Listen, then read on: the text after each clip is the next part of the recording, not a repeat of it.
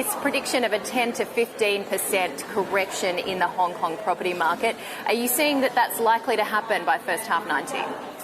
Well, I think this very certainly possible.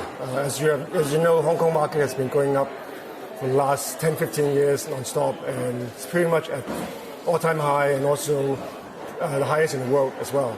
So a lot of the what's happening in China in terms of trade wars, slowing down the economy, RMB weakness, all of that is going to mean less liquidity from China coming to Hong Kong. And the last few years, when the U.S. is raising interest rate, Hong Kong domestic interest rate has actually stayed low because of all the liquidity coming in from China. So with less of that coming in, you have seen already in the last couple of months, Hong Kong interest rate has been going up already.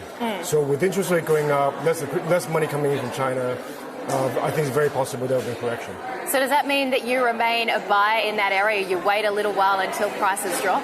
I think generally we'll wait and see a little bit, but we are still active in the market. It's our home market. Last year we just bought, in fact earlier this year, we just bought a big portfolio of shopping malls, neighborhood shopping malls in Hong Kong from Link REIT. We still like that kind of niche purchases where we can add value. So we're looking for value-add opportunities there. But we'll be careful in that market. What about broader China, speaking of being careful, because particularly amongst all this uncertainty and potentially the impact that the trade escalation is having on the Chinese economic growth, I should say? Right. Well, for China, in terms of short term, there's certainly pressure on the market. The Chinese government has been trying to do the right thing to deleverage, to implement monetary tightening, especially on the real estate market. They want to take the short-term pain and build a stronger economy long-term.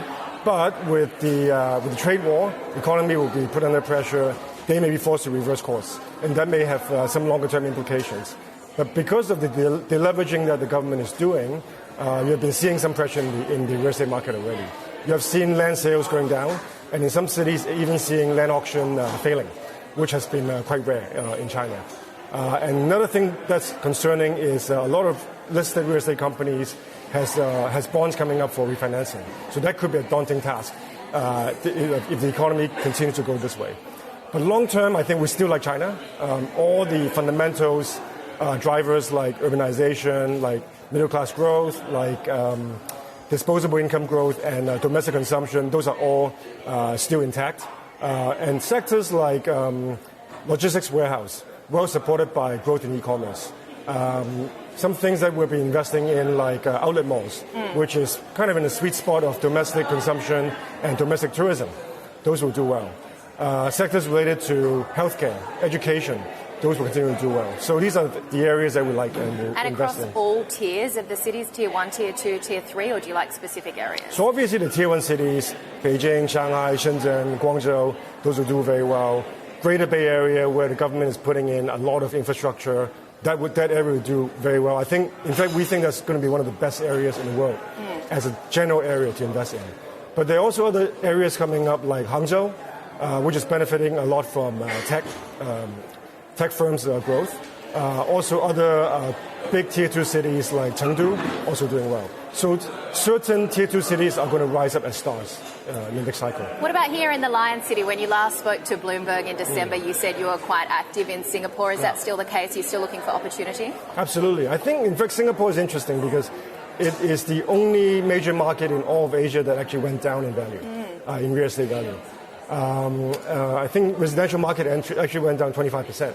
So there's plenty of buyers on the sideline with a lot of liquidity ready to jump back into the market. We have already seen the residential market turn, and the office market also. The rental rates in office hit bottom last year, and supply cycle also hit the peak last year. So with a lot less supply coming up in the next couple of years, rental starts to rise. It's a good market to be in. You've got a panel in about 40 minutes on cyclical and structural disruption. Where are you seeing the most disruption in the industry? There's certainly disruption from technology. Airbnb, for example, is disrupting certain types of accommodation properties. You're also seeing co-working, co-living style of properties coming up using heavily technology to enhance their community experiences. So these are areas that we've seen, and I'm sure that all the tech entrepreneurs out there are going to come up with ideas that we haven't thought of yet. Yeah, absolutely. Tech is certainly disrupting a lot of industries at the moment. Do you have any plans at the moment for raising new funds? We are actually. We're right in the middle of raising our sixth fund in Asia. We just had our first close last month, and we'll have another close this month as well. So you're not seeing any major disruptions to the industry? I think it's certainly more challenging to raise money, but we're lucky that we have some pretty loyal LPs that has been with us for the last few funds, and they like what we've done and they like what we are seeing. So we're still able to raise pretty good funds. So we've talked Hong Kong, broader China, we've talked Singapore. Any other countries in Asia that you're targeting that you're seeing some good growth opportunities? Vietnam. I think probably the best growth opportunity as a country is probably Vietnam right now. A lot of the manufacturing from China has already been migrating to Vietnam, especially low-cost manufacturing. But with the trade war coming, more of that will happen. Other countries we like Japan. Japan has been very strong in terms of cash leverage yield because of the low interest rate environment there. We see Abe is still strong, so Abenomics will continue, so this environment will continue. Tourism has been doing very well, and so long as Japanese yen continue to be relatively weak, that will continue. Casino IR projects coming also will be a boost to that sector. The other thing is actually indirectly the trade war between U.S. and China would probably make it easier for countries like Japan and Korea. Let's take Korea. They have been hampered by the spread with China because of the U.S. missile defense system. So tourism from China has been dropping. Trade with China has also been disrupted.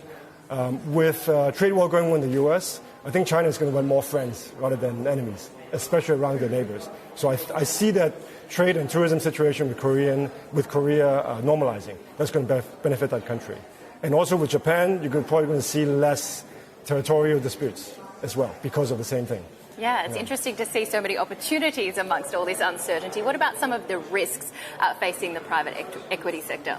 I think the biggest risk is got to be interest rate. So inflation, if it goes up too fast, you already see U.S. inflation starting to pick up, wage growth, and with the trade war, consumer prices may also go up. So that may put pressure on faster interest rate rise, and that would certainly be a big risk to real estate.